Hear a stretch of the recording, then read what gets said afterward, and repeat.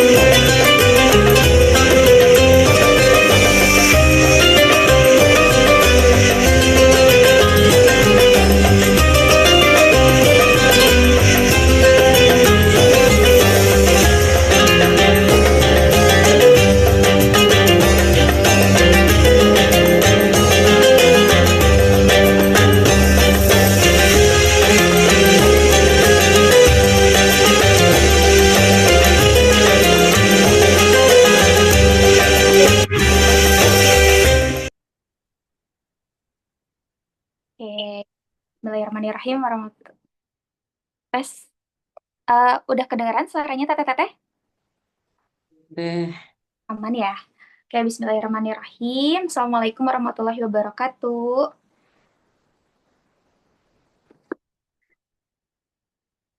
Alhamdulillahirabbil alamin wa bihi nasta'in wa ala umuri dunya waddin wassalatu wassalamu ala asrofil anbiya'i wal mursalin wassalatu wassalamu ala astagfirullahaladzim. Bismillahirrahmanirrahim. Alhamdulillahirabbil alamin wa bihi nasta'in wa ala umuri dunya waddin wassalatu wassalamu ala asrofil anbiya'i wal mursalin wa ala alihi wasahbihi ajmain amma ba'du. Teteh-teteh, alhamdulillah ya, mari kita awali kajian subuh pagi hari ini dengan mengucapkan syukur kepada Allah Subhanahu wa taala karena atas berkat rahmatnya lah kita semua dapat berkumpul pada kajian pagi hari ini dalam keadaan sehat walafiat. Salawat serta salam tak lupa semoga selalu tercurah limpahkan kepada baginda Nabi besar Muhammad Sallallahu Alaihi Wasallam, kepada para keluarganya yang beriman, kepada para sahabat, para tabiin tabiat, juga kepada kita selaku umat akhir zaman yang mudah-mudahan kelak mendapatkan syafaatul uzma di yaumil jaza wal hisab. Amin, amin ya robbal alamin. Teteh-teteh, perkenalkan, aku Tri Sahartina dari Ahwat Alatif yang insya Allah akan membersamai kajian pada subuh kali ini gitu. Ahlan wa sahlan teteh-teteh yang baru bergabung, terima kasih sudah berkenan meluangkan waktunya ya subuh-subuh di waktu-waktu rawan nih, jam-jamnya ngantuk lagi gitu ya, tapi teteh-teteh di sini masih meluangkan waktunya untuk mengilmui diri bersama kami Ahwat Alatif yang insya Allah program ini berlangsung selama 20 hari dan masih akan ada 12 hari ke depan ya teteh-teteh, Zoom-nya setiap badak subuh. Jadi silahkan teteh-teteh masih boleh untuk menyebarluaskan linknya dan info kajian ini agar keberkahan lebih banyak juga gitu ya. Izin teteh-teteh untuk mengingatkan kembali adab bermajelis ilmu ya. Yang pertama, tentu saja luruskan niat karena Allah. Gitu. Yang kedua, hadir tepat waktu dan bersiap sebelum kajian dimulai. Yang ketiga, menggunakan nama yang jelas saat bergabung dengan Zoom. Yang keempat, menyalakan kamera sebagai adab bermajelis ilmu bagi yang memungkinkan. Yang kelima, menjaga adab berpakaian saat kamera aktif, menutup aurat dengan sempurna. Dan bagi yang terbiasa menggunakan nikob, boleh teteh-teteh dianjurkan tetap menggunakan nikobnya ya. Yang keenam, menyalakan mikrofon pada saat waktu yang dipersilahkan. Yang ketujuh, fokus untuk mendengarkan dan mencatat faedah ilmu. Yang kedelapan, bertanya dengan adab. Nanti boleh disebutkan nama dan asal domisilinya ya teteh-teteh. Yang kesembilan, dilarang menyebarkan link Zoom tanpa izin panitia. Yang kesepuluh, apabila terdapat peserta ikhwan yang bergabung, mohon untuk menginformasikan kepada admin grup atas nama Anissa Latifah agar majelis tetap terjaga. Selain itu juga teteh-teteh dapat bersedekah dalam waktu yang terbaik ya di subuh kali ini. Sedekah subuh dengan scan Kris Ahwat Alatif yang ada di sini. atau yang ada di virtual background, atau juga nanti akan ada di-share oleh tim panitia Ahwat Alatif, kayak gitu. Oke, kemudian Teteh satu lagi, untuk nanti sesi tanya jawab, silahkan boleh drop terlebih dahulu ya pertanyaannya di kolom komentar. Nanti ketika pemateri sudah selesai menyampaikan materinya, pertanyaan akan dibahas. Kayak gitu. Teteh-teteh, sebaik-baiknya ilmu adalah yang dipahami dan disampaikan kembali. Jadi teteh-teteh nanti after ini juga setelah mencatat resume, boleh banget ya untuk disebarluaskan kebermanfaatannya dan jangan lupa tag Ahwat Alatif ya. Bismillah teteh-teteh, semoga Allah ridhoi ya kajian kita pada subuh hari ini. Nah, sebelum itu teteh-teteh, supaya lebih semangat, supaya lebih segar gitu ya, aku mau ada kasih pertanyaan untuk teteh-teteh. Nanti akan ada dua hadiah, dua hadiah untuk teteh-teteh. Jadi siapkan jari-jari Thanosnya. Aku nanti akan memberi pertanyaan. Jadi nanti jawaban yang tercepat dan tepat itu yang akan dapat hadiah gitu. Jadi nanti teteh-teteh panitia juga tolong dibantu ya nanti siapa yang menjawabnya tercepat dan tepat gitu. Oke teteh, biar lebih segar, boleh disiapkan pertanyaannya gampang banget gitu ya. Jadi disiapkan jari-jari Thanosnya. Pertanyaan pertama, ini mah gampang banget. Apa? Bentar dulu ah. Coba teteh siap nggak? Takutnya nanti nggak ada lagi. Oh siap. Insya Siap. Allah siap. Oke.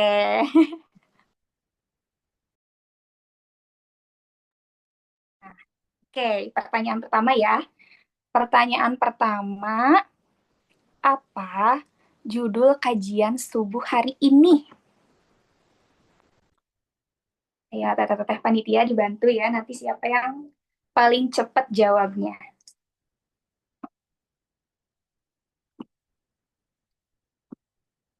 Ayo.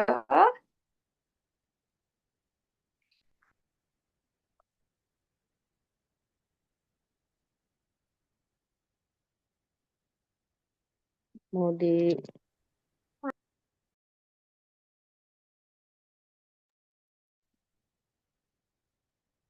Udah dapet ya, Tenisa?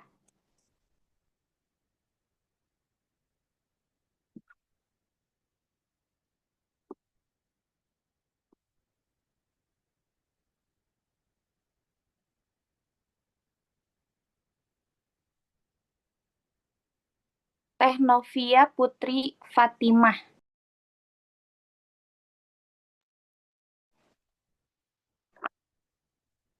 Oke, menjaga hati dari penyakit. Betul. Judul kajian pagi hari ini adalah menjaga hati dari penyakit. Nanti Teh Novia boleh klaim ke admin atas nama Teh Anissa Latifah ya. Boleh nanti dikirim alamatnya, nanti hadiah kecilnya aku kirim. Tapi kalau misalkan Teteh nanti dari Bandung, terus misalkan malam ini mau ke Alatif karena kebetulan malam hari ini Ustadz Hanan Ataki, boleh Teh kalau mau ketemuan di Masjid Alatif. Jadi nanti Teteh chat aja langsung Teh Anissa Latifah, oke? Oke, lanjut nggak pertanyaan kedua? Coba komen dulu siap, siap, siap.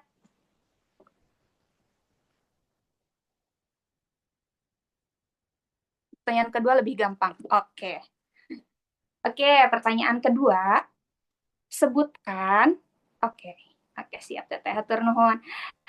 Pertanyaannya, sebutkan minimal 3 pemateri kita di kajian subuh Ramadan ini. Oh, gampang banget ya Teh.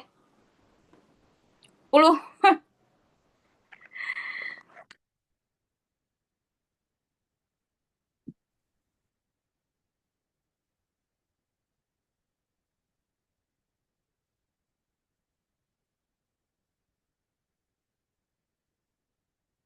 Teh Azmi ya.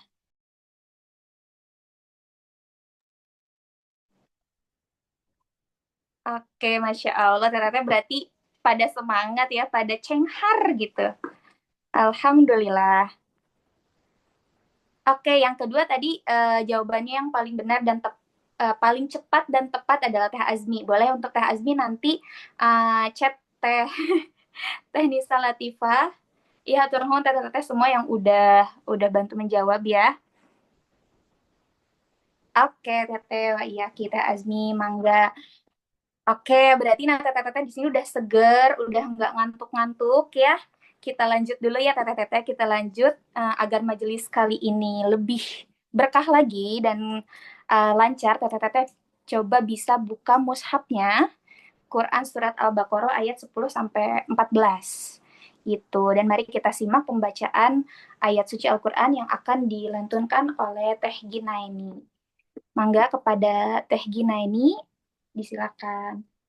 Ya, hatur nuhun Teh Tri gitu ya.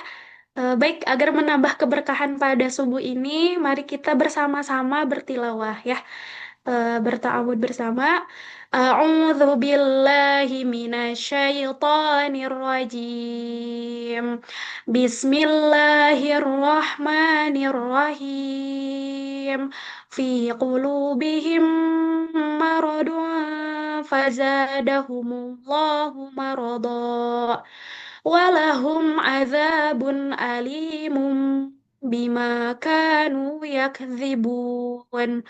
Wa idza qila lahum la tufsidu fil ardi qalu innama nahnu muslihun. Ala innahum humul mufsiduna walakin la yash'urun. Wa idza qila lahum aminu kama amanan nasu qalu anu'minu kama amanas sufaha. Ala innahum humus sufaha walakin la ya'lamun. Wa idza laqul ladzina amanu qalu amanna wa idza khalau ila syayatinihim qalu inna ma'akum innama nahnu mustahzi'un. Shadaqallahul adzim. Sami'na wa ata'na ghufranaka rabbana wa ilaikal masih. Ya. Mangga Teh Tri.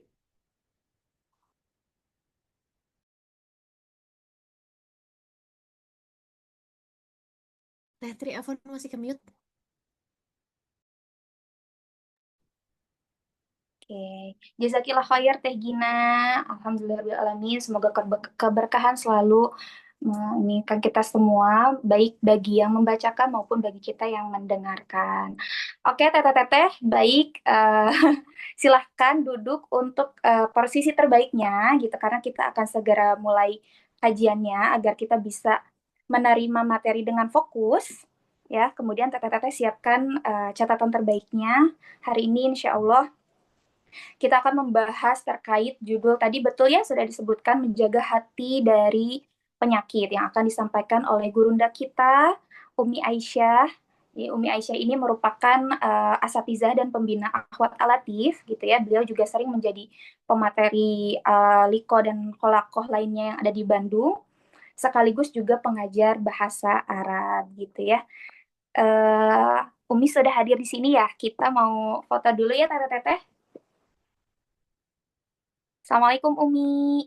Waalaikumsalam warahmatullahi wabarakatuh, Teh Tri. Oke, teteh boleh on cam-nya. Kita foto dulu ya bareng sama Umi. Operator sudah siap?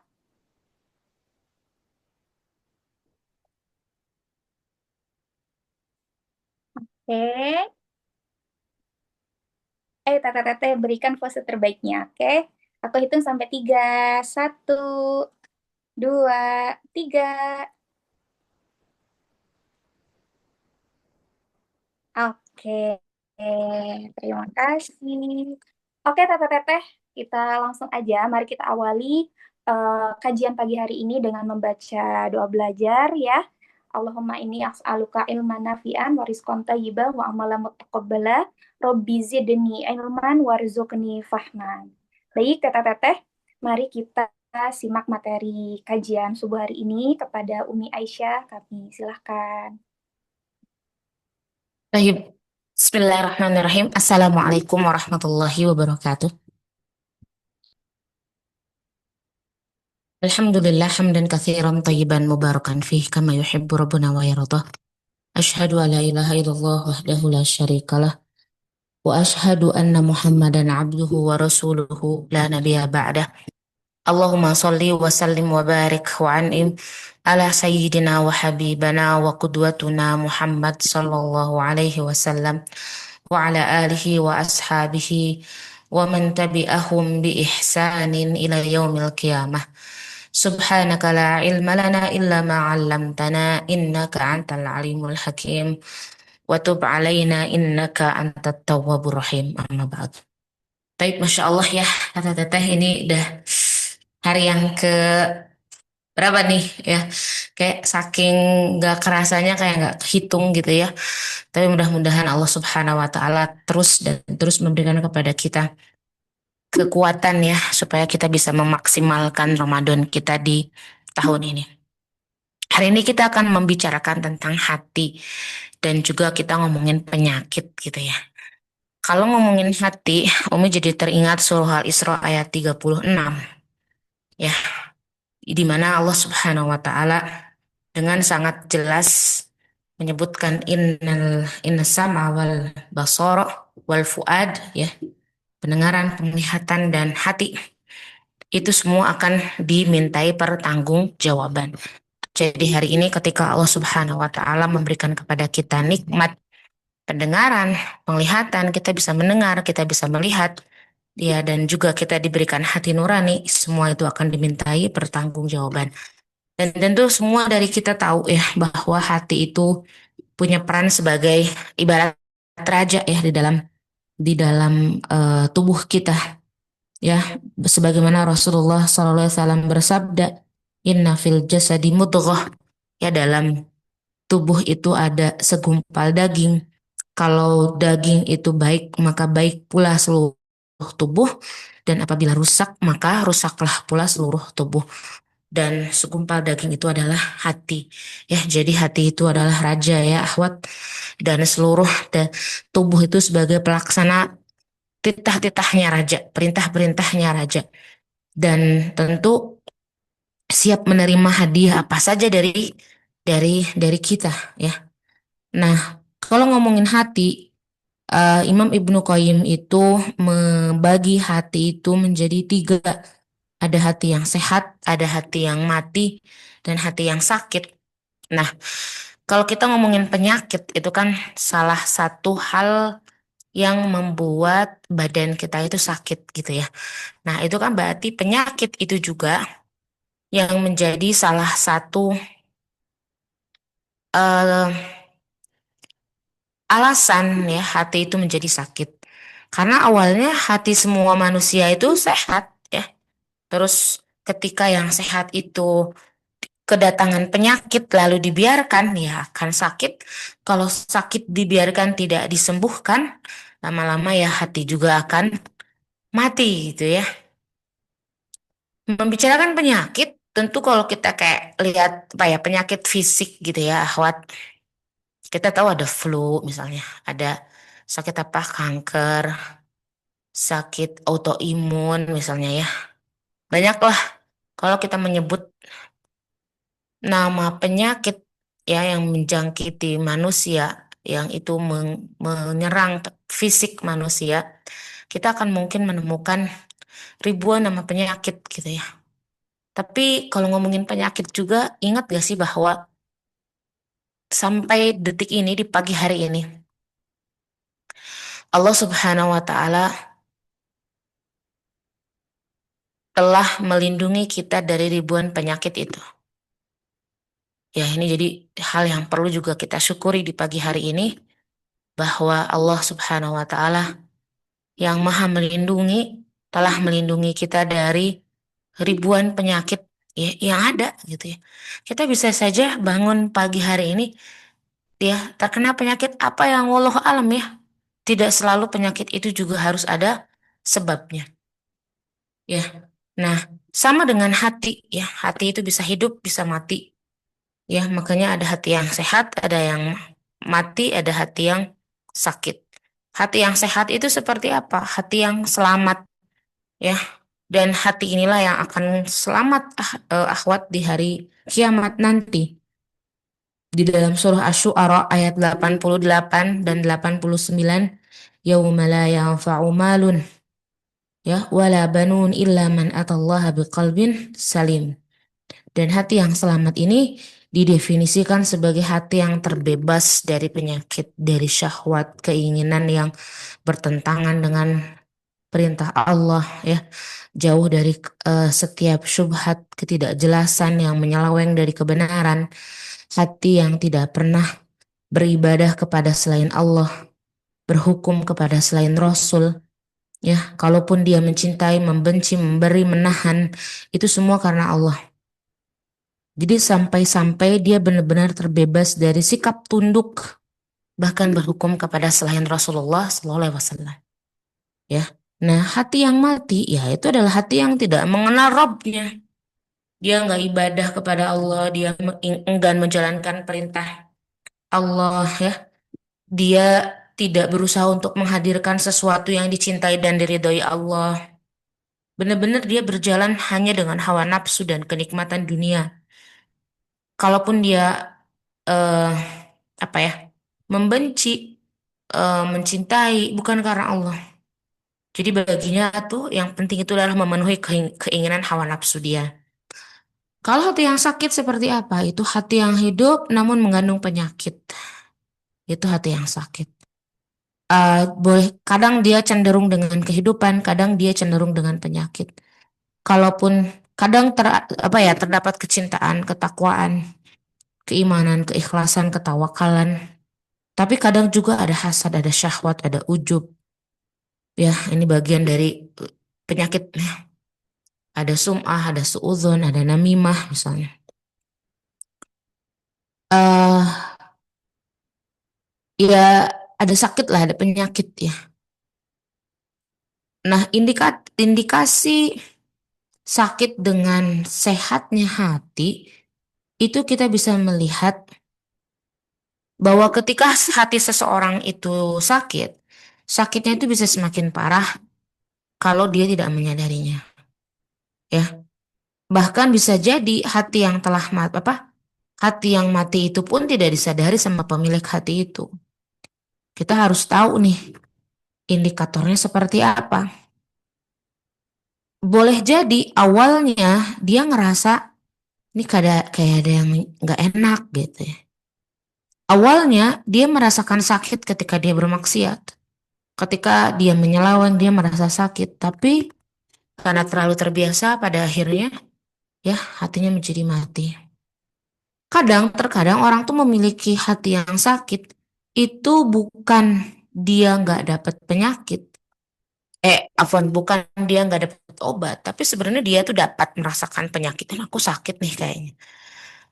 Tapi dia nggak tahannya apa? Nggak tahan kalau dia harus menelan pil pahit obat penawar itu. Jadi dia memilih untuk, yaudahlah sakit aja, gitu. Ya. Dan di antara tanda sakitnya hati, akhwat, adalah keengganan siapapun untuk mengkonsumsi makanan yang bermanfaat. Justru malah cenderung dengan hal-hal yang mudarat. Ya, dia juga nggak mau minum obat yang berguna. Ya. Dan makanan yang bermanfaat bagi manusia, bagi hati, itu adalah makanan keimanan. Dan obat terbaiknya adalah Al-Quran. Ya, Masya Allah, ini Ramadan tuh momen banget ya. Karena kita tahu bahwa Ramadan itu syahrul Quran. Ya, seperti itu. Jadi tanda sehatnya hati adalah selalu mengingatkan si pemilik hati itu bahwa dia akan kembali kepada Allah. Tunduk dan bergantungnya kepada Allah adalah kecintaan dia kepada orang yang ia cintai. Dan dia hanya membutuhkan cinta Allah. Dia selalu berzikir dan berkhidmat kepada Allah Subhanahu wa Ta'ala. Ya. Tanda sehatnya hati adalah si pemilik hati itu tidak ketinggalan dengan amal-amal soleh. Kalau dia merasa terlewat melakukan amal soleh, wiridnya dia, bacaannya dia, atau ibadah apapun, dia akan merasa sakit, dia akan merasa tersiksa melebihi seseorang yang kehilangan hartanya. Ya, jadi orang tuh hatinya dinyatakan sehat, kalau apa? Kalau dia benar-benar merindukan eh, Allah seperti orang lapar merindukan makanan dan minuman. Orang yang tentram dan sejuk hatinya itu lantaran ibadah dia kepada Allah. Pemilik hati yang sehat itu hanya memiliki satu keinginan, yaitu taat kepada Allah Subhanahu wa Ta'ala. Ya, dan dia nggak pernah lelah untuk zikir ke Allah. Dia selalu memperhatikan bagaimana amalan yang sudah dia lakukan, betul atau tidak. Dia akan terus berusaha untuk ikhlas, ittiba, ihsan gitu ya, dalam ibadah dia kepada Allah Subhanahu wa Ta'ala. Nah, penyakit nih, kalau kita ngomongin penyakit, penyakit itu kan banyak. Ada hasad, ria, ujub, kikir, ya.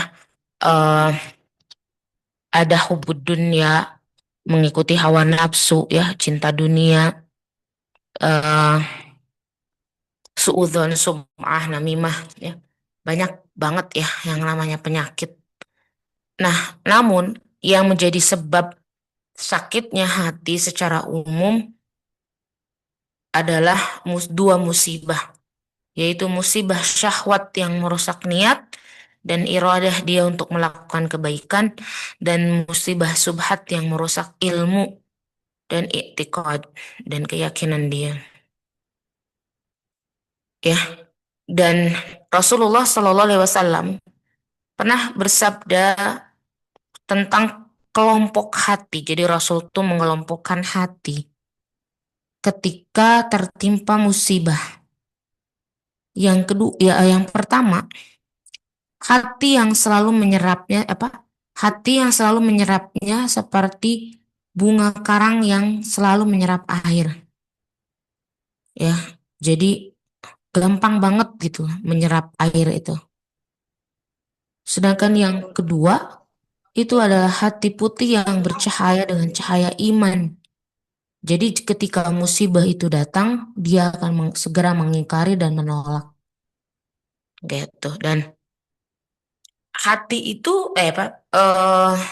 penyakit itu kan juga bisa datang karena racun gitu ya.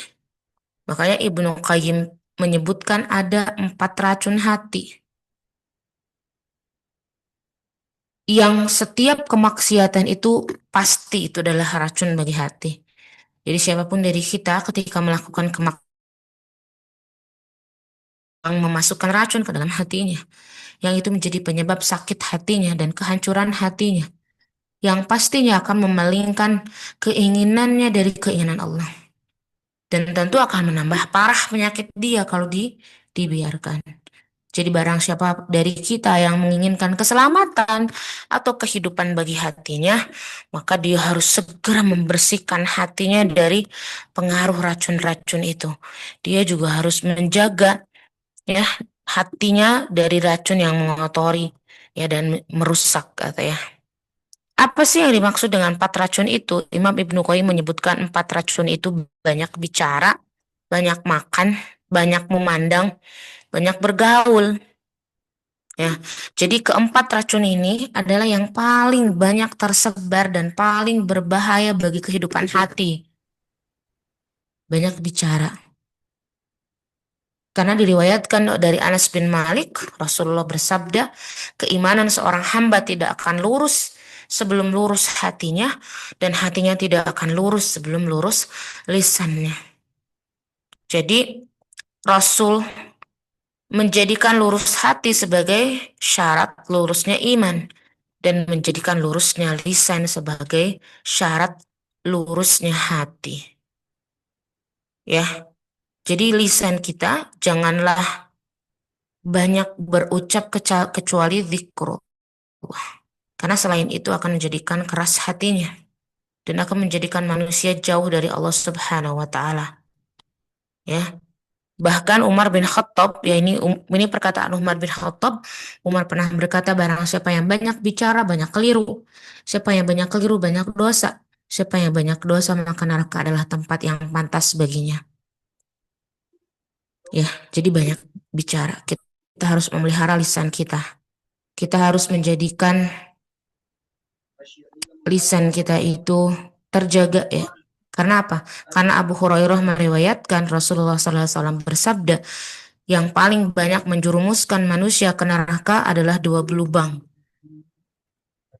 Ya, yang banyak menjerumus.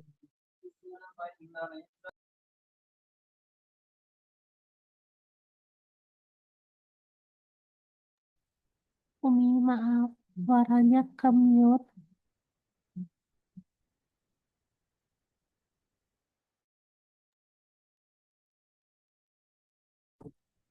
Afwan.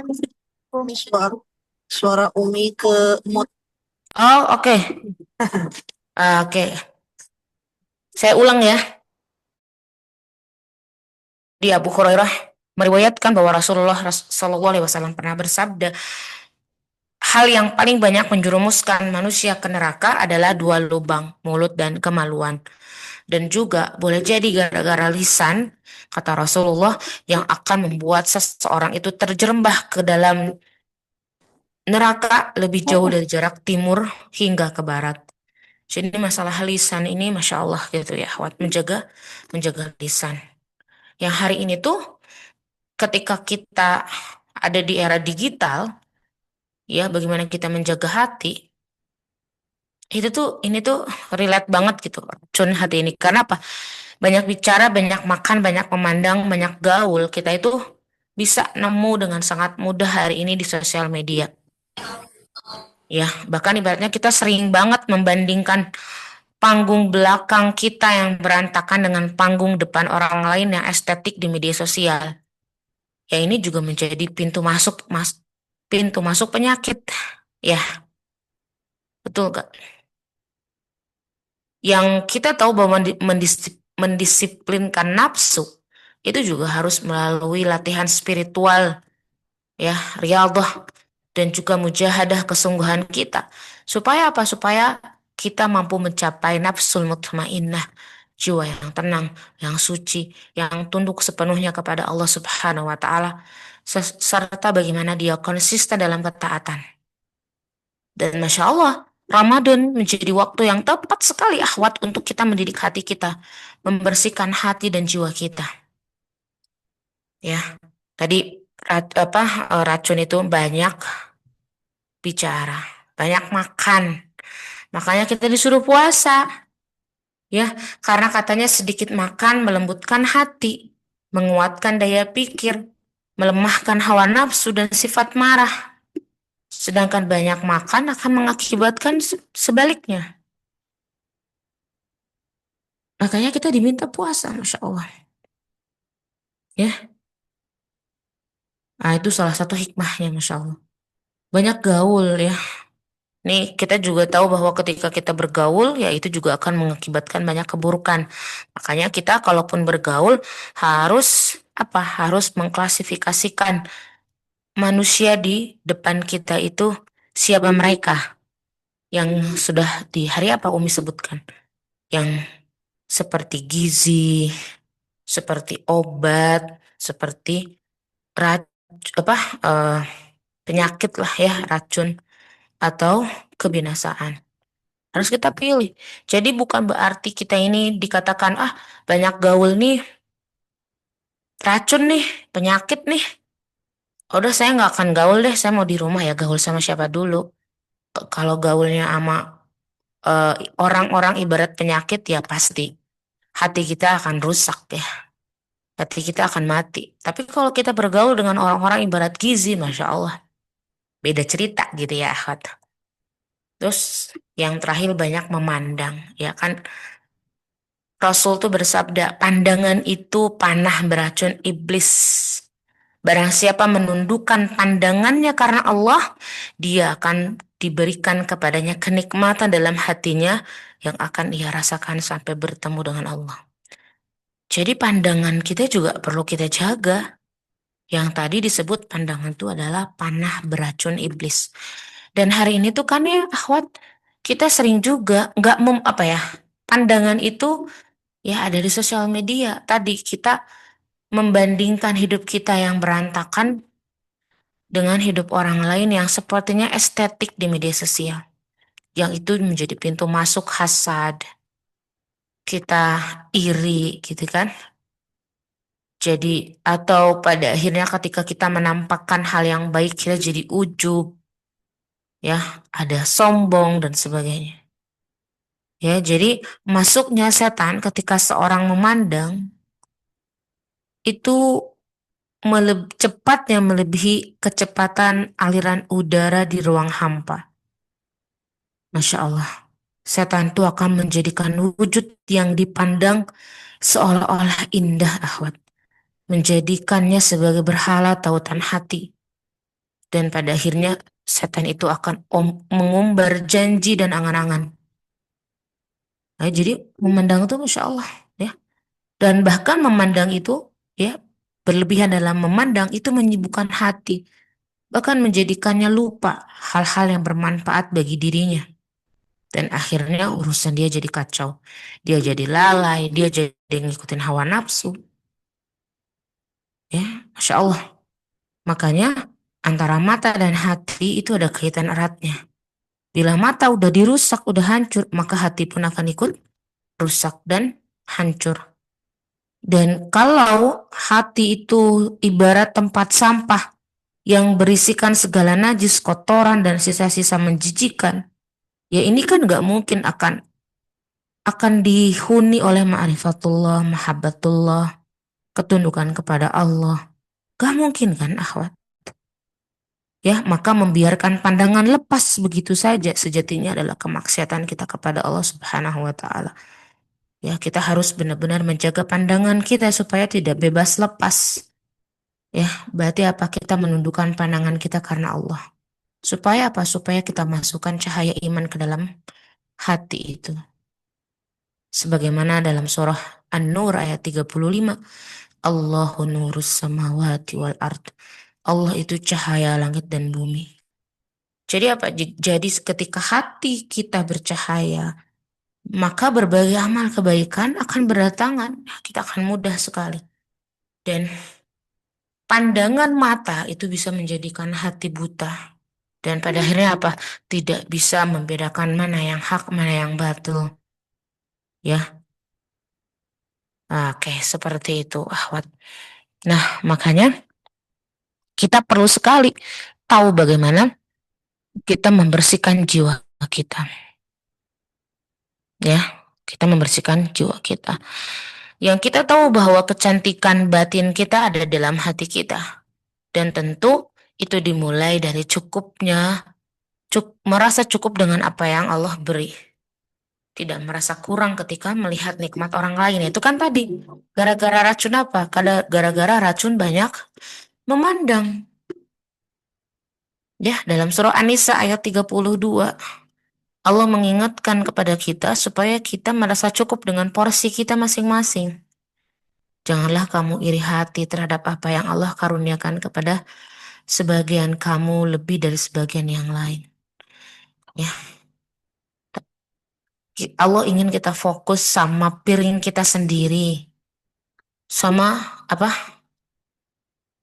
halaman kita sendiri ya. Jangan sampai ada istilah kebun tetangga lebih hijau.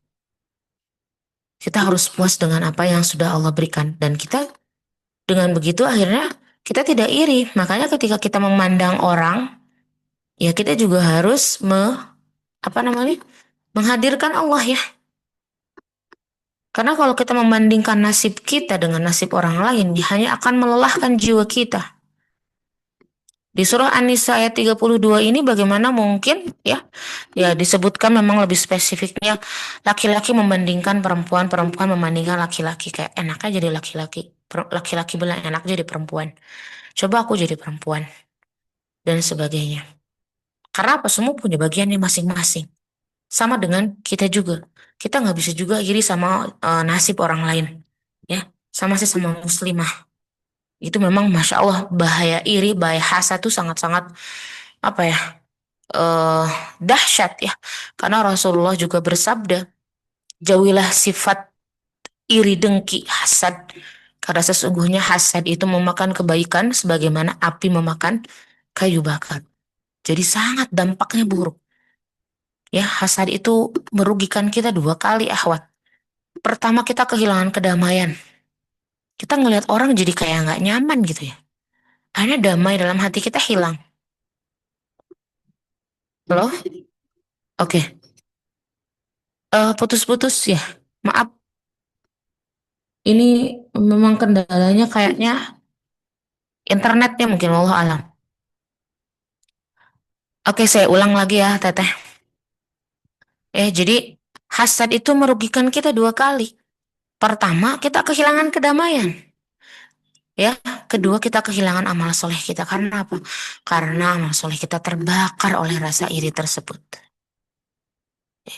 Jadi ketika kita membicarakan masalah penyakit hati, bagaimana hati kita terjaga dari penyakit, berarti pertama kita harus tahu dulu racun hati itu apa saja, penyakit itu apa saja.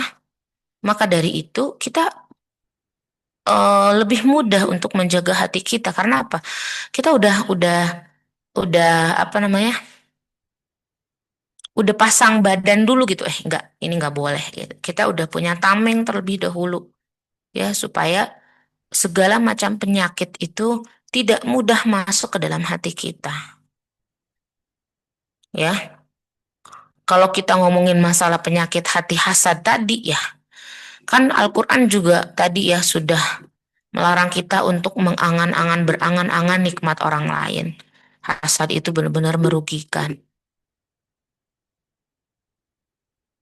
Nah, sekarang kita bahas, lalu bagaimana dong supaya hati kita ini tetap ternutrisi, terjaga dari penyakit-penyakit, imunnya kuat gitu ya. Nih, akhwat, kebutuhan hati kita akan ibadah, ketaatan. Kita beramal soleh lah gitu ya. Itu seperti kebutuhan tubuh terhadap makanan dan minuman. Jadi kita diperintahkan oleh Allah Subhanahu wa Ta'ala puasa di bulan Ramadan mengisi dengan amal soleh. Itu bukan untuk Allah, tapi untuk kita. Karena apa? Karena tubuh kita, hati kita itu lebih butuh ibadah dan ketaatan kita kepada Allah bahkan ketimbang butuhnya kita akan makanan dan minuman.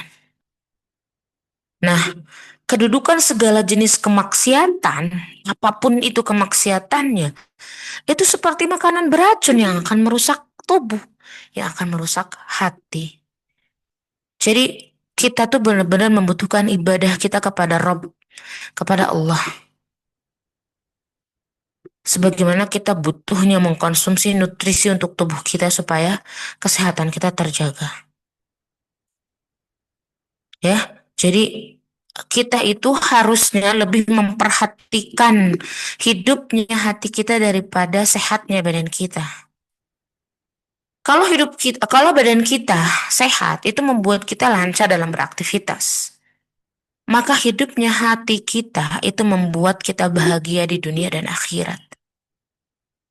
Begitupun sebaliknya, akhwat. Matinya badan, matinya badan itu terputus dari dunia. Sedangkan matinya hati itu benar-benar beban derita kekal selamanya. Makanya sangat mengherankan ketika ada orang yang menangisi orang yang mati jasadnya tapi tidak menangisi orang yang mati hatinya. Padahal itu kondisi yang lebih berbahaya, akhwat. Ya. Itu berarti seluruh ketaatan itu menjadi mutlak bagian dari hidupnya hati. Nah, hari ini Umi pengen membahas apa yang bisa kita lakukan supaya hati kita ini bersih. Ya, karena memang mensucikan jiwa itu harus ya. Qad aflaha man zakkaha. Jadi orang yang membersihkan jiwanya itu akan jadi orang yang beruntung. Wa qad khaba man dassaha. Kalau ada orang yang mengotori hatinya, dia benar-benar jadi orang yang merugi. Apa yang bisa kita lakukan ya? Pertama adalah tauhid. Ya, jadi tauhidullah itu adalah pondasi dalam mensucikan jiwa kita. Tujuan hidup kita jelas untuk ibadah kepada Allah. Dan bahkan tauhid itu adalah intisari dari dakwah para nabi dan rasul. Walaqad ba'athna fi kulli ummatir rasulan an i'budullaha wajtanibut taghut. Jadi apa? Tauhid itu kewajiban pertama buat setiap manusia. Ya, tauhid. Jadi kita ini akan tersucikan hati kita lewat apa? Lewat tauhid dan iman. Jadi tauhid dan keimanan akan membersihkan dan mensucikan hati. Karena apa? Karena yang tertanam di dalam hatinya adalah kalimat la ilaha illallah. Ya. Jadi kalau hatinya isinya syahadat, maka itu hati itu menjadi bersih dan suci. Ya. Karena apa? Kalau orang imannya ibaratnya gitu ya, kalimat la ilaha illallahnya bekerja di dalam dirinya, dia tidak akan mungkin melakukan yang namanya kemaksiatan. Yang kita tahu bahwa segala bentuk kemaksiatan itu adalah makanan beracun. Gitu ya. Oke. Eh, kita buat cepat ya. Ini karena waktunya 15 menit lagi ya, Ahwat. Oke, apa yang kedua? Doa. Doa itu adalah kunci kesucian jiwa. Laisa syai'un akrama 'ala Allahi minad doa. Tidak ada sesuatu yang lebih mulia bagi Allah selain dari sebuah doa. Jadi doa itu ahwat ibadah kita. Karena doa itu menunjukkan kita lemah, kita tidak berdaya, menunjukkan kefakiran kita, kehinaan kita, ketundukan kita dan pengakuan diri kita terhadap kekuasaan, keperkasaan Allah Azza wa Jalla. Ya Masya Allah, doa itu memiliki pengaruh yang sangat besar dalam membuka pintu-pintu kebaikan. Ya, jadi apapun yang kita inginkan, kebaikan yang kita harapkan, kebaikan dunia dan akhirat, maka harus kita minta dan sandarkan kepada Allah Subhanahu wa taala dalam hasilnya. Ya, biar Allah yang mengijabah setiap doa kita. Ya, jadi kita nggak perlu khawatir doa kita diijabah atau tidak, tapi khawatir kalau kita tidak mampu berdoa. Khawatir ketika kita tidak diberikan ilham oleh Allah untuk meminta kepada Allah. Karena sejatinya ketika kita berdoa, maka ijabah itu ada bersama doa, akhwat. Kalau kita berdoa, sejatinya Allah tuh pengen ngasih. Hanya saja memberinya, mengabulkannya itu kapan, bagaimana, yaitu bagaimana Allah yang akan menentukan. Ya karena dalam doa itu ada isyarat, perhatian, peringatan, bagaimana kita itu harus suci hati kita. Ya, kita tahu bahwa tazkiyatun nafs, kebersihan hati kita itu berada dalam genggaman Allah yang mengetahui kegaiban. Ya, makanya ada doa ya muqallibal qulub, tsabbit qalbi ala dinik wa ala ta'atik wa ala mahabbati rasulik. Ya, doa. Ya, saya nggak akan bahas banyak ya, karena kita nggak fokus ke situ. Tapi yang jelas, doa itu adalah bagian dari pembersihan jiwa kita. Oke, yang ketiga apa? Al-Quran. Jadi kenapa Ramadan itu menjadi tempat yang sangat tepat sekali bagi siapapun untuk membersihkan hati? Karena hal-hal yang membuat hati bersih itu dikumpulkan oleh Allah Subhanahu wa taala dalam Ramadan. Tauhid, kita nggak mungkin juga ibaratnya ya bisa puasa, akhirnya kita bisa saum, taat kepada Allah kalau tidak ada ketundukan ketakwaan kita kepada Allah ya, tauhid.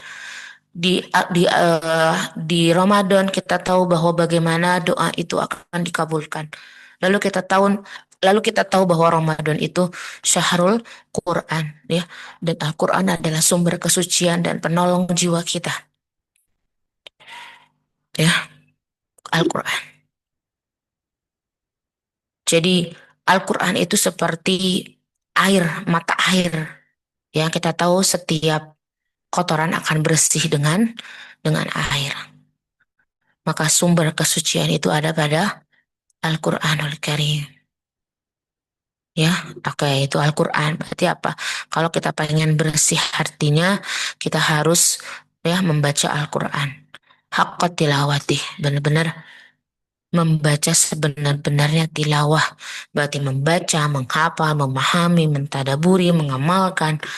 Jadi tilawah itu ya akhwat bukan sekedar kita baca Al-Quran aja, tapi bagaimana haqqa tilawati, membaca dengan bacaan yang benar, itu berarti kita membaca, menghafal, memahami, mentadaburi, dan mengamalkan. Gitu ya, Al-Quran. Terus yang selanjutnya, apa yang bisa kita lakukan untuk membersihkan hati kita? Mengambil kudwah dari Rasulullah sallallahu alaihi wasallam. Laqad kana lakum fi Rasulillahi uswatun hasanah liman kana yarjullaha wal yawmal akhir wa dzakarallaha katsira. Ya, jadi Rasul itu suri tauladan. Ya, kita harus mengikuti Rasul supaya kita bersih hatinya. Mengikuti dan meneladani Rasul itu adalah bukti dari kecintaan kita kepada Allah Subhanahu wa taala. Berarti itu adalah sumber kesucian jiwa. Karena mustahil jiwa kita akan suci kalau kita tidak mengikuti manhaj yang dibawa oleh Rasulullah SAW. Ya, makanya dari awal kajian ya untuk tahun ini ya yang Umi sisipkan itu adalah tema-tema sirah. Karena kita ingin berusaha untuk meneladani Rasulullah SAW. Ya, itu jadi apa? Mengambil contoh dari Rasulullah SAW. Lalu yang selanjutnya, ya, yang bisa kita lakukan adalah menjauhkan diri kita. Kayak kita kalau udah tahu apa saja sih yang jadi hal-hal buruk, jauhi. Ya, lalu kita ganti dengan ketaatan-ketaatan. Ya, khudz min amwalihim shadaqatan tutahhiruhum wa tuzakkihim biha. Ya, tutahhir itu ada isyarat takhliyah. Bagaimana kita membersihkan diri kita dari dosa-dosa. Ya. Jadi kalau kita tahu bahwa di situ ada penyakit, jauhi. Ya. Itu adalah bagian dari kita membersihkan kesucian jiwa kita. Lalu yang keenam, apa akhwat? Menutup jalan yang menjadi penyebab. Kalau kita tahu bahwa racun, apa ibaratnya racun yang akan menyakiti hati kita itu dari kita banyak memandang misalnya ya. Itu berarti apa? Oh oke, berarti saya harus tutup jalan itu.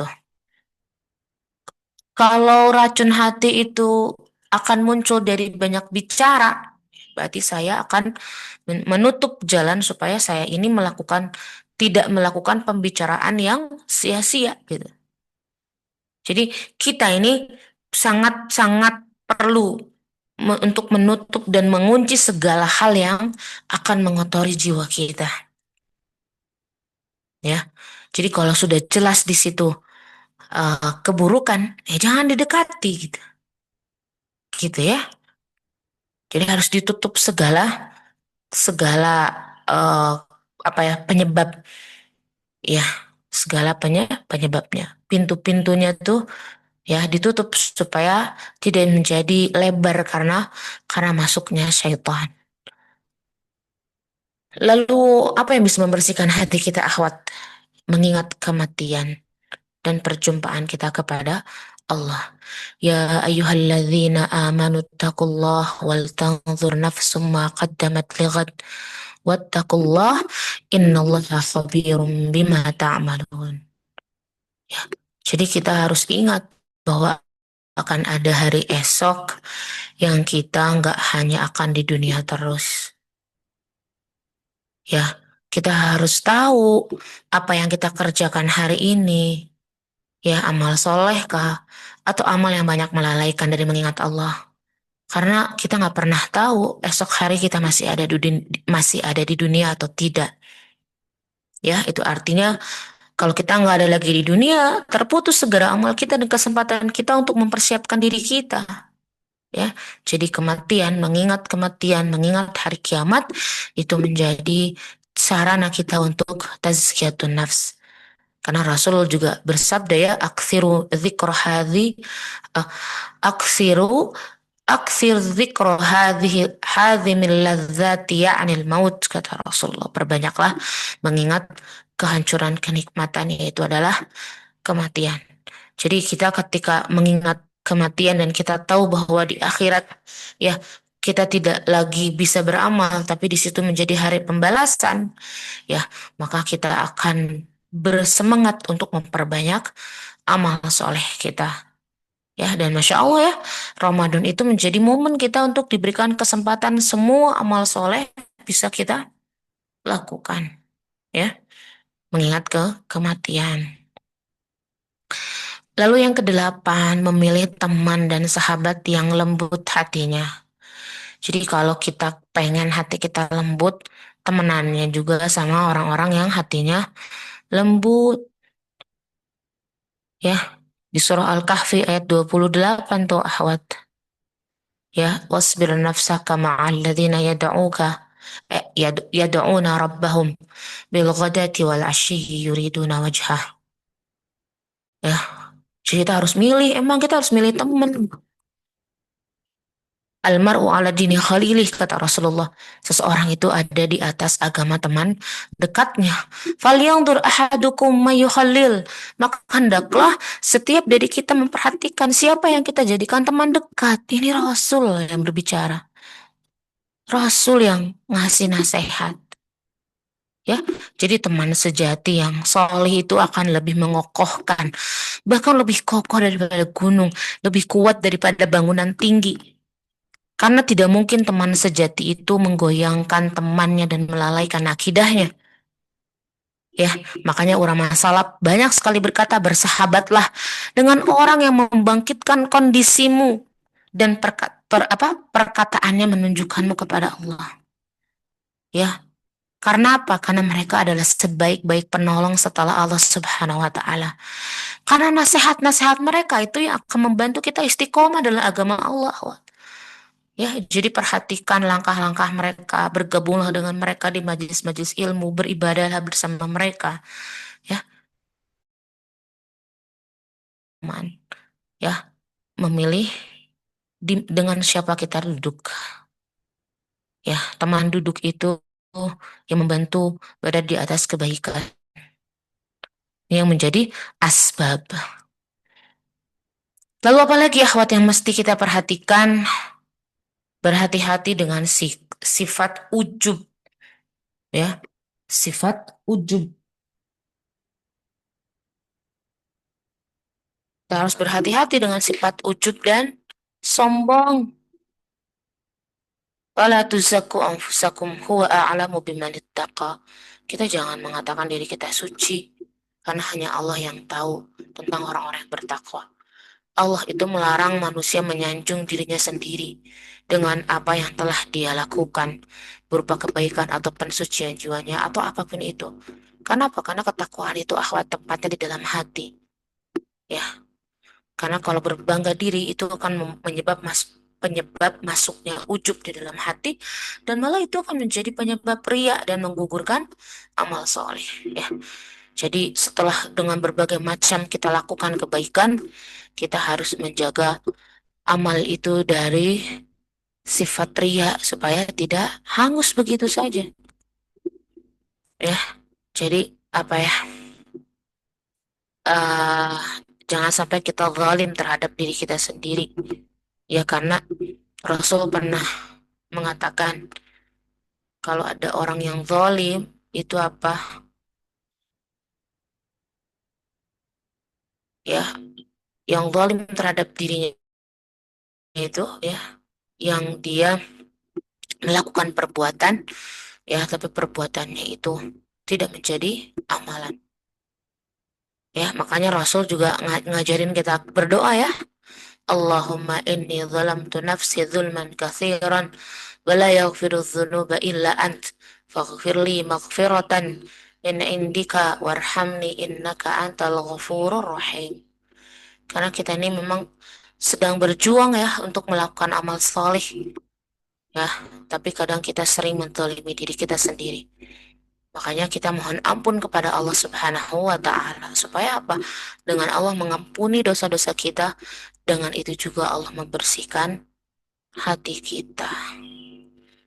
Ya, yang terakhir kita harus mengenali diri kita. Jadi di antara yang wajib dalam tazkiyatun nafs adalah mengetahui hakikat dirinya, mengetahui sifat-sifatnya. Supaya apa? Ya, serta mudah mengobati kalau tiba-tiba penyakitnya datang. Ya, dan kita tahu di dalam Al-Qur'an Allah ya mengatakan jiwa itu ada 3 sifat, ada nafsul mutmainnah, ada nafsul lawamah, ada nafsul amarah bisu. Ya, jadi ketiga nafsu ini hakikatnya adalah sifat yang senantiasa melekat kepada jiwa siapapun. Ini kadang berubah. Jadi terkadang ketika sifat nafsu itu muncul sekaligus, kadang satu-satu, tergantung kondisi kejiwaan seseorang. Ya, itu jadi bagaimana kita harus mengenali diri kita.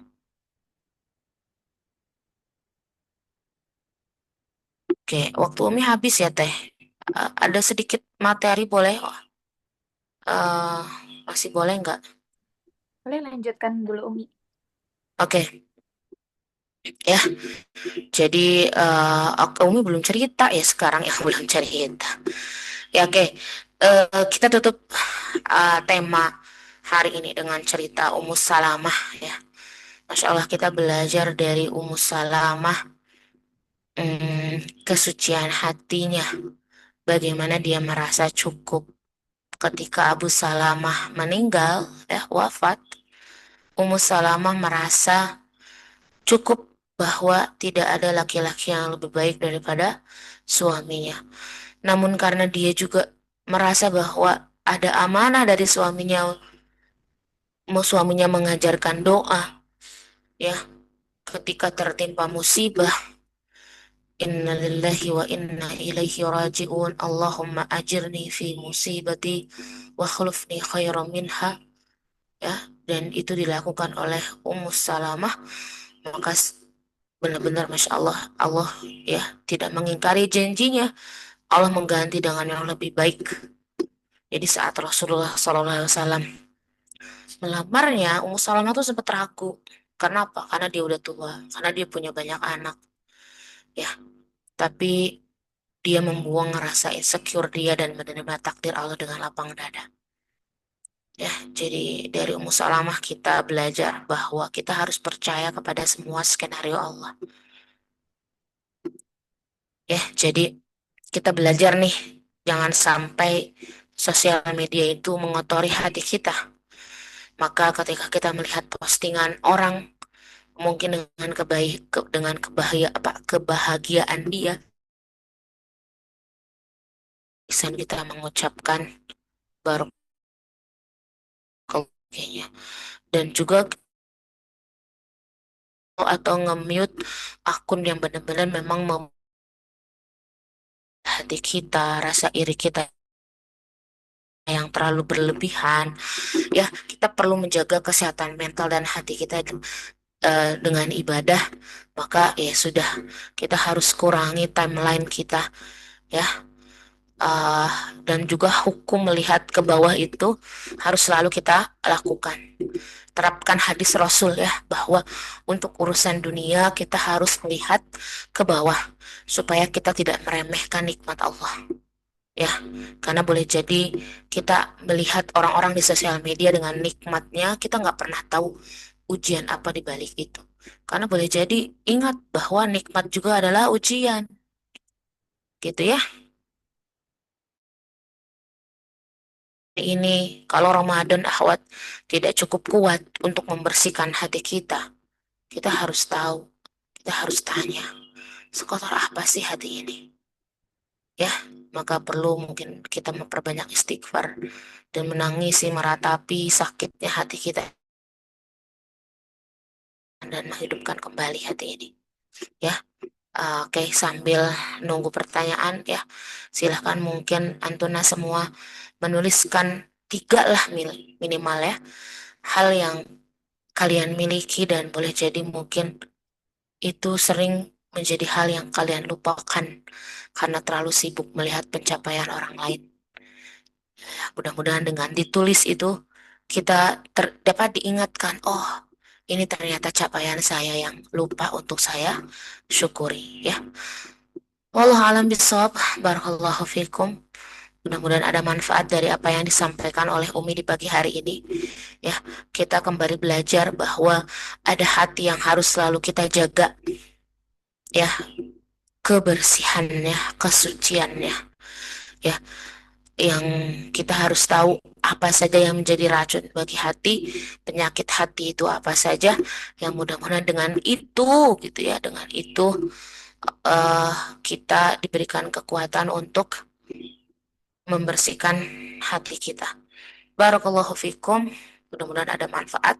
Ya, terakhir akhwat bahwa zikrullah, tilawah Al-Quran, istighfar, doa, ya, amal soleh kita, qiyam kita, itu adalah bagian dari cara kita membersihkan dan menghidupkan hati kita. Barakallahu fikum. Masya Allah, Ramadan ini menjadi momen yang Allah berikan kepada kita, kesempatan kita untuk membersihkan hati-hati kita yang boleh jadi sakit karena urusan dunia selama 11 bulan sebelumnya, dan Allah berkenan ya menjadikan hati kita menjadi hati yang bersih, yang suci, nafsul mutmainnah, jiwa yang tenang, supaya 11 bulan ke depan kita pun bisa melewati setiap takdir kita dengan jiwa yang tenang. Barakallahu fikum. Silakan waktu dan tempat Umi kembalikan ke MC hari ini, Teh Tri. Ya, jazakillah khair Umi atas ilmunya, Masya Allah. Sebenarnya ini pembahasannya relate banget ya Umi sama kehidupan kita sehari-hari, karena boleh jadi kita nggak sadar bahwa kita tuh sedang ada penyakit hati gitu ya. Karena tadi kalau dari jenis-jenis penyakit hati yang disebutkan tuh itu sangat relate sama keseharian kita, dan bahkan mungkin karena itu sudah biasa terjadi, jadi kita menganggap itu bukan penyakit hati. Nauzubillah, semoga Allah lembutkan hati kita semua ya teteh-teteh. Izin Umi ya, aku bacain pertanyaan yang udah masuk. Yang pertama ada dari Teh Fitri ya. Bismillah Umi, maaf kalau kita menjauh, meng-cut off orang karena ingin mendidik hati kita, ingin menjaga lisan kita karena sering bergaul sama tetangga. Terkadang kita nggak bisa menjaga lisan kita, tapi karena kita menjauh, orangnya jadi ngemusuhin. Sampai orangnya nggak mau terawih ke masjid. Apakah itu berdosa, Nah, enggak,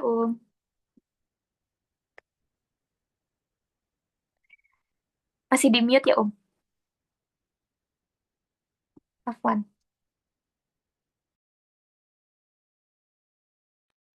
Oke, Tayyip, Masya Allah,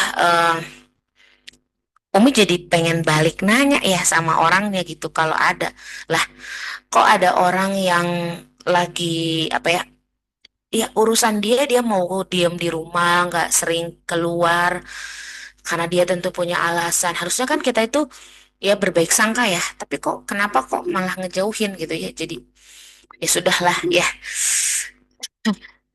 Oke, ini kalau kita cut off orang karena kita tahu bahwa ternyata setelah dievaluasi terlalu banyak keluar ketemu orang, terlalu apa ya, ibaratnya terlalu terlalu apa ya, bukan liar ya, ya terlalu apa ya, di abur gitu ya, terlalu ya, kalau kita tidak mencoba untuk menata pergaulan kita, ya memang itu bagian dari, ya kita khawatir ya dengan hati kita.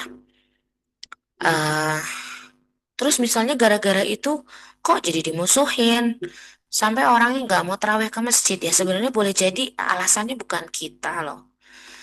eh Wala taziru waziratu wizra ukhra. Kita ini nggak akan pernah menanggung dosa orang lain, dosa siapapun. Kita hanya akan memikul dosa masing-masing. Kita sedang mempertanggungjawabkan diri kita dengan apa? Dengan kita menjaga hati kita, menjaga lisan kita, lalu kita mengurangi untuk tidak terlalu banyak bergaul dengan orang-orang yang tidak perlu lah gitu. Terus kok tiba-tiba begitu? Ya, kita kembalikan kepada orangnya, ya, kita kembalikan kepada diri masing-masing. Boleh jadi alasannya bukan hanya kita. Ya, kita mah nggak mau, males mungkin ke terawih ke masjid dan sebagainya. Bukan hanya sekedar karena malas ketemu kita kah, ya Allah alam. Ya, pertama kita husnudon aja lah, biarin aja, abaikan aja, mudah-mudahan ya alasannya bukan hanya kita. Tapi kalau pertanyaannya apakah ada, seandainya orang melakukan keburukan dan ada andil kita di situ, apakah kita ikut berdosa? Ikut. Ya, karena apa? Oleh karena itu, ya Rasul kita Shallallahu Alaihi Wasallam selalu ya memerintahkan, menganjurkan kepada setiap Muslim untuk melakukan sesuatu itu yang baik-baik saja. Jadi jangan sampai yang dia lakukan itu ya diturutin sama orang atau dia menjadi penyebab kemaksiatan orang. Ya. Tapi kalau perempuan gak terawih ke masjid, kalau kata Umi mah ya bukan menjadi sebuah dosa karena bagi perempuan gak wajib dia ya untuk datang berjamaah di masjid, ya walau alam bisawab. Mudah-mudahan bukan karena teteh juga ya, ya Allah yang lebih tahu insya Allah.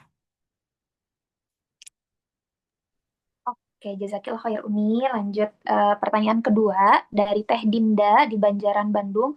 Assalamualaikum izin bertanya. Saya bisa dibilang orangnya ceplas-ceplos atau blak-blakan dan tanpa sengaja terkadang omongan yang diucapkan menyakiti hati orang dan bisa menjadi ujaran kebencian. Setelah itu malam hari selalu merasa bersalah dan sadar bahwa yang saya ucapkan itu salah dan menyakiti.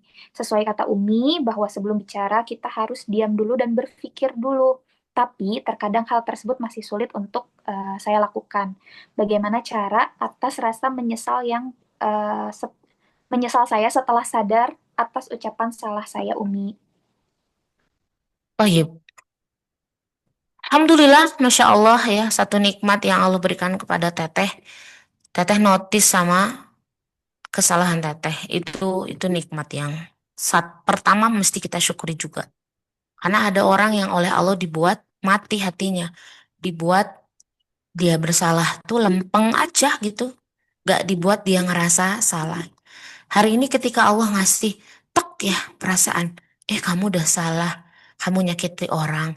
Apa yang harus kita lakukan? Bagaimana ketika kita sadar bahwa kita sudah melakukan kesalahan, lalu ada rasa penyesalan di situ. Apa yang harus kita ucap? Apa yang harus kita lakukan? Beristighfar kepada Allah, minta ampun kepada Allah, dan yang paling penting kita meminta maaf kepada orang yang bersangkutan. Karena urusan dengan manusia itu tidak bisa selesai kecuali dengan apa diselesaikan dengan manusia itu. Kalau kita rasa sepertinya perkataan kita itu menyakiti hatinya, ya kita bisa minta maaf sama orang yang bersangkutan. Rasa menyesal itu satu nikmat yang Allah beri buat kita. Karena kalau tidak menyesal, kita akan mengulanginya lagi. Tapi jangan sampai rasa penyesalan itu ditunggangi oleh setan. Untuk apa? Untuk membuat kita putus asa, membuat kita akhirnya ngerasa apa ya, terpuruk dan akhirnya bukan bergerak, tapi malah diam, stuck. Ya, jadi yang bisa kita lakukan kalau untuk urusan dengan manusia, selesaikan dengan manusia itu. Minta maaf ya. Pokoknya urusan sama manusia tuh nggak bisa selesai kecuali harus diselesaikan langsung. Ya. Tapi sebenarnya ya berurusan dengan manusia itu lebih rumit daripada kita berurusan dengan Allah sebenarnya. Kalau Allah itu maha pengampun, sebesar apapun kesalahan kita, Allah itu gampang banget mengampuni. Tapi kalau kita bersalah kepada manusia, manusia itu lebih sulit dimintai maafnya daripada Allah dimintai maafnya. Ya, nggak apa-apa ini jadi pelajaran buat semua orang. Semua dari kita mungkin pernah terjerembah ke dalam sebuah lubang. Tapi mukmin yang baik itu adalah yang tidak masuk ke lubang yang sama dua kali. Ketika kita tahu bahwa, aduh, saya ini orangnya begini, ya kita berusaha untuk apa? Untuk latihan. Latihan bicaranya dikontrol, nggak ceplas-ceplos lagi. Tadi ada jeda dulu kalau mau bicara. Kalaupun sudah terucap, ya kan tidak mungkin itu terjadi kecuali atas izin Allah juga gitu ya, akhwat. Kalau sudah terucap, ya kita jangan malu untuk apa? Untuk meminta maaf. Gitu ya, barakallahu fiik. Wallahu a'lam bishawab. Alhamdulillah. Izin bacain lagi ya ya, masih ada Ya, pertanyaan. eh izin bertanya jika pada kondisi di mana hati kita lalai, kemudian tergoda mencoba hal buruk yang sekarang sedang dinormalisasi banyak orang. Salah satu contohnya adalah membangun kedekatan dengan lawan jenis, dan pada kondisi tersebut diiringi juga rasa bersalah. Kok aku begini ya? Gitu. Tapi setelah melihat yang lain, rasanya aman-aman aja gitu. Melakukan itu, lalu ada perasaan, ya Allah, kenapa aku harus merasa bersalah sementara mereka fine-fine aja melakukan itu gitu. Gimana caranya supaya terhindar dari rasa iri dari hal tersebut ya gitu. Karena sejatinya rasa bersalah itu kan sebetulnya bentuk kasih sayang yang diberikan Allah juga. baik, Masya Allah. Ya, iri, iri, iri itu karena kita merasa apa yang dimiliki orang lebih baik daripada yang kita miliki, benar gak? Itu yang membuat kita iri. Pembahasan iri itu, gini akhwat. Tadi Umi sebut di dalam surah An-Nisa, ya, di dalam surah An-Nisa. Ayat berapa? Sebentar, loncat ini. Ya, Umi, Umi kan tadi bahas ya dalam surah An-Nisa ayat 32 kita itu secara spesifik Allah itu menyebutkan kita jangan iri terhadap karunia yang Allah berikan kepada orang lain. Misalnya orang dikasih lebih banyak daripada bagian kita. Terus ya kita tahu bahwa Rasul mengatakan iri itu, aduh, Masya Allah, apa ya, merugikan sekali gitu ya, merugikan sekali. Nah, gimana sih caranya supaya kita ini nggak iri? Kita tuh harus ngerasa cukup dengan apa yang kita miliki, Kak. Bahwa yang Allah berikan kepada saya itu adalah yang terbaik yang saya butuhkan. Tapi kalau iri konteksnya yang tadi, itu kayak agak nggak tepat nggak sih? Bahwa apa? Kok saya melakukan kesalahan, merasa bersalah. Terus kok ada orang yang melakukan kesalahan yang sama, kayaknya dia fine-fine aja, nggak ngerasa bersalah, nggak ngerasa gimana-gimana. Harusnya kita jangan iri, harusnya kita kasihan kan sama orang itu. Ya, karena apa? Loh, kok gitu? Allah biarkan dia melakukan kesalahan, gitu kan? Jadi sekarang bisa kita lakukan, ya. Kalau untuk urusan dunia, supaya kita nggak iri nih, Ahwat, supaya kita nggak iri. Konsepnya adalah lihat ke bawah. Ada yang lebih loh, ada yang lebih buruk dari kita, ada yang lebih eh apa ya? Kalau masalah iri itu kita tuh lihatnya konsepnya ke bawah tuh supaya ya kenapa saya harus selalu ngeliat ke atas ya? Dan lihat ke atas tuh pegel loh. Kalau ngeliat terus ke atas tuh pegel ya. Kalau ngeliat terus ke bawah juga nggak enak ya, pegel juga. Jadi eh memandang ke depan dan akhirnya fokus sama diri kita sendiri itu, Masya Allah. Kayak itu tuh yang paling nyaman sebenarnya buat diri kita. Kalau kita terlalu ngelihat ke atas, ih kayaknya orang begini, begini, begini. Ngelihat orang-orang yang lebih dari kita. Ya, terlalu ngelihat ke bawah ya. Kita sering banget lihat ke bawah. Itu juga nggak nyaman gitu ya. Karena leher kita pegel juga. Tapi kalau kita menatap lurus ke depan itu posisi yang paling nyaman. Jadi yang paling nyaman yang bisa kita lakukan hari ini, setiap apapun yang kita rasakan di dalam hati, ambil itu ya sebagai pintu hidayah. Kalau hari ini, kok aku ngerasa kayak gini? Kok kayak gini ya saya? Ya, itu tuh bisikan setan tuh ketika akhirnya setan tuh apa ya menampilkan di depan kita, eh kok ada tuh orang yang melakukan hal yang sama? Kok dia aman-aman aja? Kok dia nggak ngerasa bersalah? Kok dia nggak dihukum? Itu sebenarnya bisikan setan, hal yang salah yang harus kita apa yang harus kita lakukan. Tempis perasaan itu, kenapa? Kita tidak ingin Allah ya membiarkan hati kita mati gitu. Hanya karena hal tersebut kita biarkan gitu ya. Supaya terhindar dari iri itu sebenarnya paling selamat itu memang tutup mata tutup telinga sih. Kita jangan terlalu banyak melihat eh, kehidupan orang lain yang sejatinya kita nggak tahu kehidupan orang lain itu seperti apa, sejatinya seperti apa, karena kita nggak melihat secara utuh gitu ya. Terus kenapa kita iri? Iri itu keluar dari rasa rasa kita yang tidak menghargai apa yang ada dalam diri kita. Kita iri itu karena melihat orang lebih baik daripada yang dia miliki. Padahal boleh jadi orang tuh ada juga yang melihat kamu lebih baik daripada orang itu, ya. Jadi apa? Pasang kacamata kuda, ya. Fokus ke Allah, fokus ke diri kita. Kita tahu kelebihan kita apa, kita tahu kekurangan kita apa, kita fokus ke situ, ya. Wallahu a'lam bishawab. Oke, Alhamdulillah. Jazakillah khair Umi untuk ilmunya hari ini ya, atau jawaban pertanyaan-pertanyaannya juga. Izin satu lagi ya Umi ya, masih ada waktu sedikit lagi, satu lagi pertanyaan. Oke. Dari Teh Deviolita di Bandung. Umi, aku suka ada di posisi kadang-kadang tiba-tiba ingin nangis dan berasa sesak. Suka istighfar tapi tetap ingin nangis. Kenapa ya Dan apa yang harus dilakukan? Toyib, eh pengen nangis ya, apa yang harus dilakukan kalau pengen nangis? Kalau pengen nangis, ya udah nangis aja, nggak apa-apa teh. Kalau dengan nangis itu hati teteh jadi plong, jadi nggak sesek lagi. Ya, udah betul tuh, alhamdulillah teteh istighfar. Tapi masih pengen tetap nangis, ya nggak apa-apa, nangis aja, keluarin aja. Mungkin itu adalah air mata yang nanti suatu hari nanti di akhirat itu menjadi saksi. Karena apa? Air mata itu akhwat pernah disebutkan loh oleh Rasulullah. Umi cerita lah, Umi gimana ya ceritanya? Panjang juga nih kalau cerita semua. Tapi gini, singkatnya akan ada satu kriteria orang yang akan masuk ke dalam surga gara-gara air mata. Apa itu? Mata apa? Mata yang menangis karena takut kepada Allah.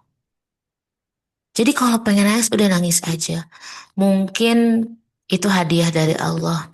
Kok kepengen nangis, kok berasa sesek, mungkin itu hadiah dari Allah supaya teteh nangis lalu mengingat Allah dengan istighfar, dengan zikir, lalu lagi-lagi teteh mengingat dan terus mengingat Allah, maka kriteria orang yang akan ada orang yang masuk surga lewat jalan air matanya mungkin itu diberikan oleh Allah. Ya jadi nggak apa-apa. Apa yang harus dilakukan? Udah nangis aja nggak apa-apa, boleh kok teh.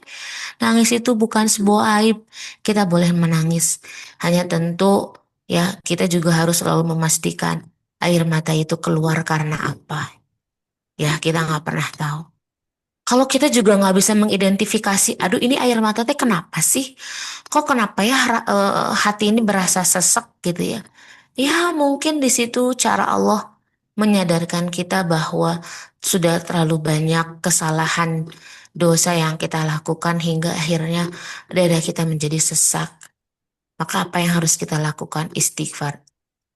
Udah Mi, lakukan lagi. Mohon ampun kepada Allah. Mudah-mudahan dengan itu Allah melapangkan hati kita, melapangkan dada kita. Gitu ya, walau alam bisawab. Ya, Masya Allah, Alhamdulillah, Rabbil Alamin, Jazakillah khair Umi. Alhamdulillah ya teteh-teteh kita sudah mengilmui diri bersama Umi hari ini, Masya Allah, terkait hati. Izin aku membacakan sedikit kesimpulan yang tadi sudah Umi sampaikan ya.